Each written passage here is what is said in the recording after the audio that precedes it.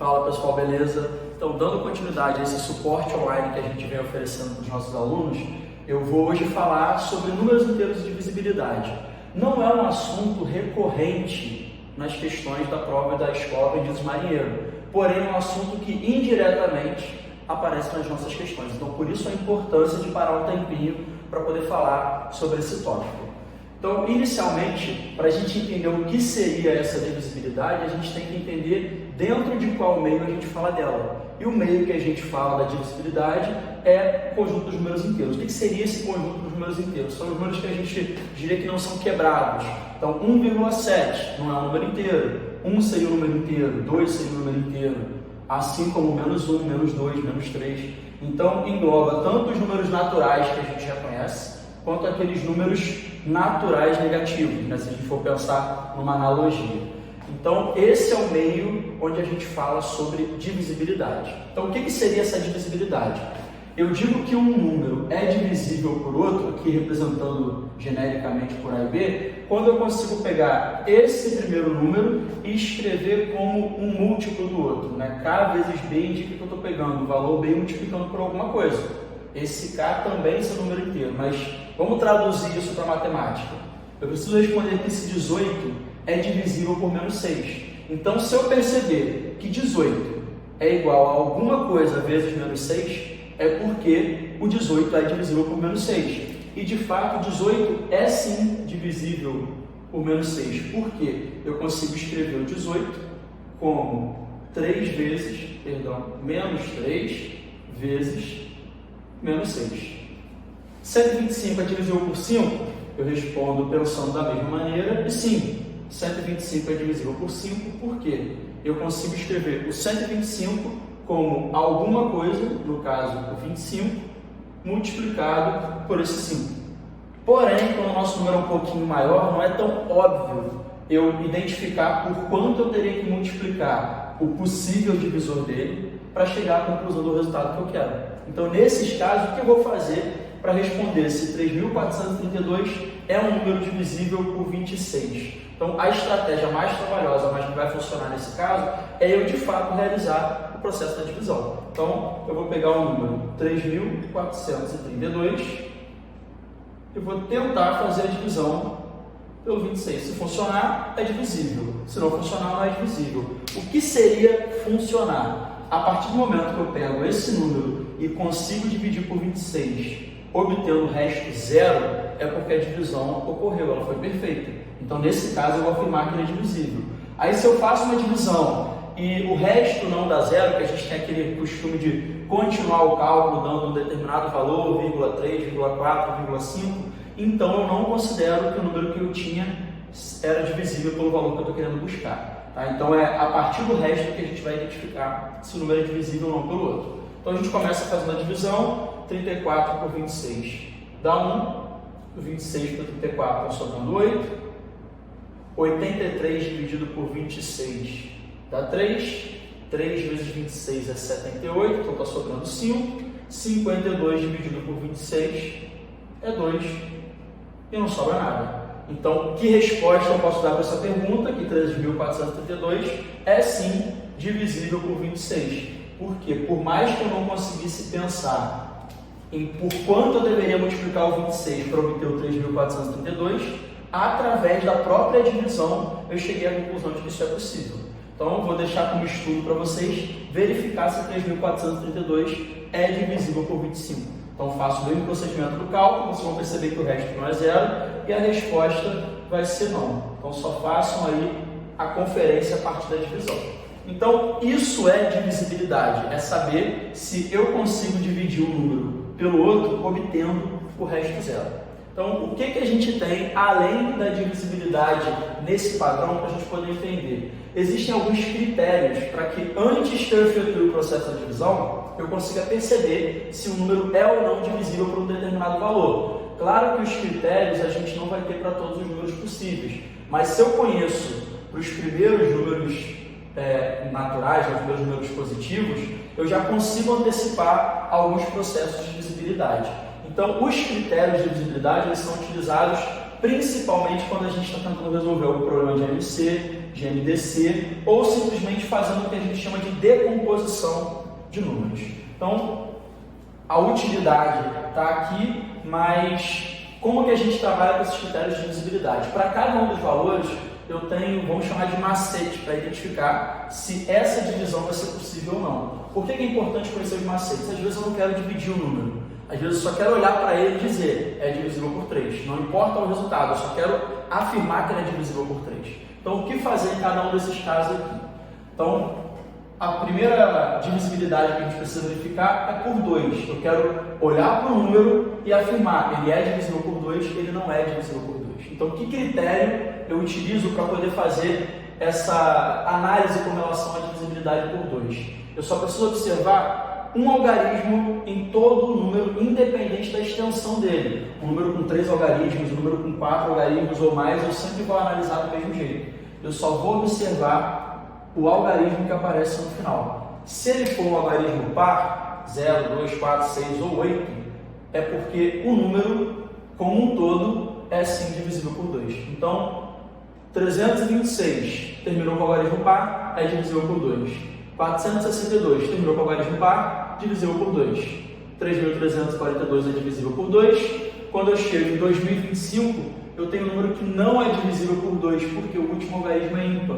Então, automaticamente, eu não consigo fazer essa divisão. O mesmo acontece para 3041. O último algarismo é ímpar, então o número não é divisível por 2. Então, esse é o critério de divisibilidade por 2, que a gente não pode confundir com outros critérios. Então, vamos para o critério de divisibilidade agora por 3. Um número é divisível por 3 se ele atende à seguinte restrição: a soma dos seus algarismos resulta em um número divisível por 3. Então, o que seria a soma dos algarismos resultar em um número divisível por 3? O número 234 é formado por 3 algarismos, 2, 3 e 4. 2 somado com 3 dá 5, e 5 somado com 4 dá 9. Então, se eu faço a soma dos algarismos e obtenho como resultado um número que é divisível por 3, isso significa que esse número é divisível por 3. 4.977. 4 mais 9, 13. 7 mais 7, 14. 13 mais 14, 27. 27 é divisível por 3. Então, 4.977 é divisível por 3. 1.244. 1 mais 2 dá 3. 3 mais 4, 7. 7 mais 4, 11. Eu nem preciso testar. Esse número não é divisível por 3, porque eu obtive 11 no resultado e 11 não é divisível por 3. 3.232. 3 mais 2, 5. 3 mais 2 de novo, 5. Somando vai dar 10. Então, a soma dos algarismos deu 10. 10 não é divisível por 3. Então, 3.232 não é divisível por 3. 1902. 1 mais 9, 10. 10 mais 0, 10. 10 mais 2, 12. 12 é divisível por 3. Então, aquele número também é divisível por 3. Então, não existe um critério que eu utilizo para todas as possibilidades. Para cada número, eu tenho um teste que eu tenho que fazer para verificar se eu consigo dividir alguém por ele ou não. Próximo critério é o critério de divisibilidade por 4. O critério de divisibilidade por 4 ele lembra um pouco o critério de divisibilidade por 2. Só que ao invés de olhar apenas para o último algarismo, eu vou olhar para a última dezena, ou seja, para os 2 últimos algarismos. Olhando esses 2 últimos algarismos, eu vou fazer a seguinte análise. 88 é um número formado pelos 2 últimos algarismos aqui.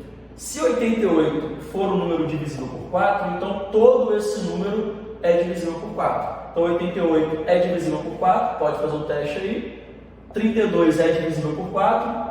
42 não é divisível por 4. Então 5.042 não vai ser divisível por 4.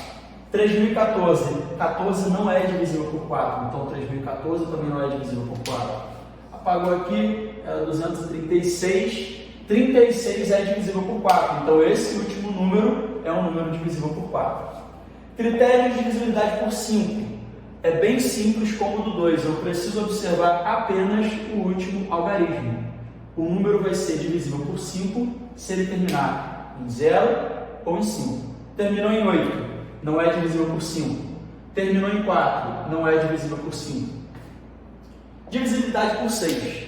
Se o número é divisível por 6, é porque eu consigo dividir ele tanto por 2 quanto por 3. Então, qual é o critério de divisibilidade por 6? É eu olhar para o número e verificar. Ele é divisível por 2? Ele é divisível por 3? Se atender aos dois critérios de divisibilidade, então automaticamente ele vai ser divisível por 6. Esse número é ímpar. De cara, ele não é divisível por 2. Então, eu nem preciso analisar se é divisível por 3. Aqui, eu tenho um algarismo par. Então, todo esse número é divisível por 2. 3 mais 2 dá 5, 5 mais 2 dá 7, 7 mais 2 dá 9, 9 mais 0 é 9. Além de ser divisível por 2, a soma dos algarismos deu 9, o que significa que ele é divisível por 3. Então, esse número é divisível por 2, é divisível por 3, conclusão, é divisível por 6.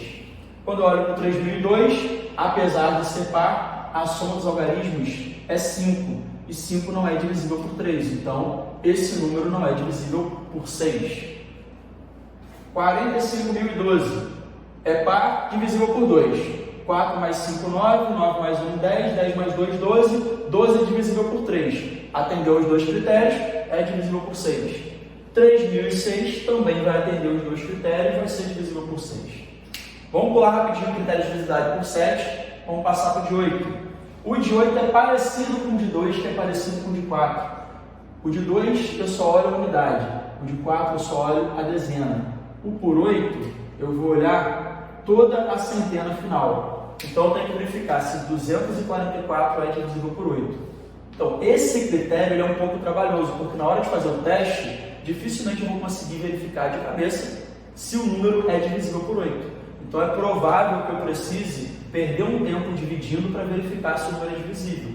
Mas às vezes o tempo que eu vou perder dividindo aqui, valeria a pena eu tentar dividir logo de uma vez o número por completo para verificar se ele é divisível ou não por 8. Então o tempo que eu perderia analisando o 244, o 100, o 432, o 000 e o 600, talvez valesse a pena tentar dividir o número de uma vez só. Então se vocês forem fazer o processo, vocês vão perceber que esse número daqui, ele não é divisível por 8, porque 244 não é.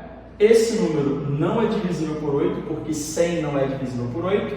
Já o 432 é divisível por 8, então esse número vai obedecer ao critério. O 000 é divisível por qualquer número, inclusive por 8, também vai obedecer ao critério. E 600 é divisível por 8, obedecendo também ao critério. Critério de divisibilidade por 9, exatamente igual ao do 3. Só que a soma dos algarismos, agora ao invés de dar um valor divisível por 3, tem que ser divisível por 9. Como assim? 2 mais 5 mais 0 mais 1 dá 8. 8 não é divisível por 9, então esse número não é divisível por 9. 3.204.522. 3 mais 2, 5. 5 mais 4, 9.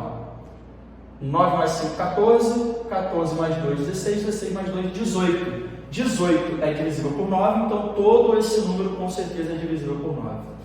30.519. 3 mais 5, 8. 8 mais 1, 9. 9 mais 9, 18. 18 é divisível por 9, então esse número é divisível por 9. 3 mais 1, 4. 4 mais 1, 5. 5 mais 1, 6. 6 mais 9, 15. 15 não é divisível por 9. Então 31.119 não é divisível por 9. 45.063. Somando os algarismos, dá 18. 18 é divisível por 9, eu tenho mais um número divisível por 9.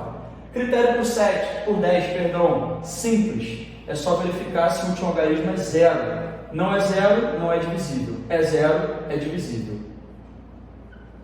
Voltando aqui no critério por 7, só para a gente finalizar esses critérios, por que eu pulei? Não existe um critério simples de divisibilidade por 7. O critério de divisibilidade por 7, que está na folhinha que vocês estão usando para acompanhar a aula, é mais ou menos assim. O número é divisível por 7 se o dobro do último algarismo subtraído do número sem esse algarismo resultar no número divisível por 7. Então é tão trabalhoso fazer essa análise que às vezes vale a pena pegar o 1246 e verificar logo de uma vez se dá para dividir por 7. Tá? Então, depois tem que usar esse critério como está escrito na folhinha também. Não aconselho quando for divisibilidade por 7, né, para a gente fazer o teste, vale a pena pegar o número e dividir por 7 de uma vez, mas vale a pena também a curiosidade em casos de números muito grandes. Como eu tinha falado, o objetivo da gente conhecer esses critérios é para aplicar em casos específicos E para aplicar nesse último caso, que é um dos mais importantes, que é como a gente trabalha com a decomposição de números, mais importante do que simplesmente conhecer os critérios de divisibilidade é a gente utilizar uma pequena sequência de números que a gente chama de números primos. Números primos são aqueles números dentro dos números naturais que só possuem dois divisores, o 1 e ele mesmo. Então, o 2 possui dois divisores, o 1 e ele mesmo. O 3 possui dois divisores, o 1 e o próprio 3. O 5, 1 e o próprio 3. Então, alguns números que tem aqui acabam não aparecendo na sequência de números primos, o que é super normal. Então, quando a gente for fazer a decomposição, eu vou conhecer a regra do critério de divisibilidade por 2, por 3, por 5, por 7, mas não aconselhando a utilizar, e daí por diante não vale a pena a gente investir em novos critérios, porque as regras elas vão ficando tão complexas quanto do critério de divisibilidade por 7. Tá? E algumas pessoas acabam se perguntando nessa sequência de números primos, por que o 1 não é um número primo, se 1 é divisível por 1 e por ele mesmo? Existe uma pequena observação na regrinha que eu não falei no começo, é que para eu ter um número classificado como primo, ele precisa ter dois divisores distintos. Então, no caso do 2, o divisor dele é 1 e o divisor dele é 2. São dois divisores distintos. O 1 não teria esses dois divisores distintos. Então, no próximo vídeo eu dou continuidade ainda nesse conteúdo aqui sobre divisibilidade e a gente vai aplicar em alguns exemplos fazendo alguns cálculos, beleza? Então, até a próxima, gente!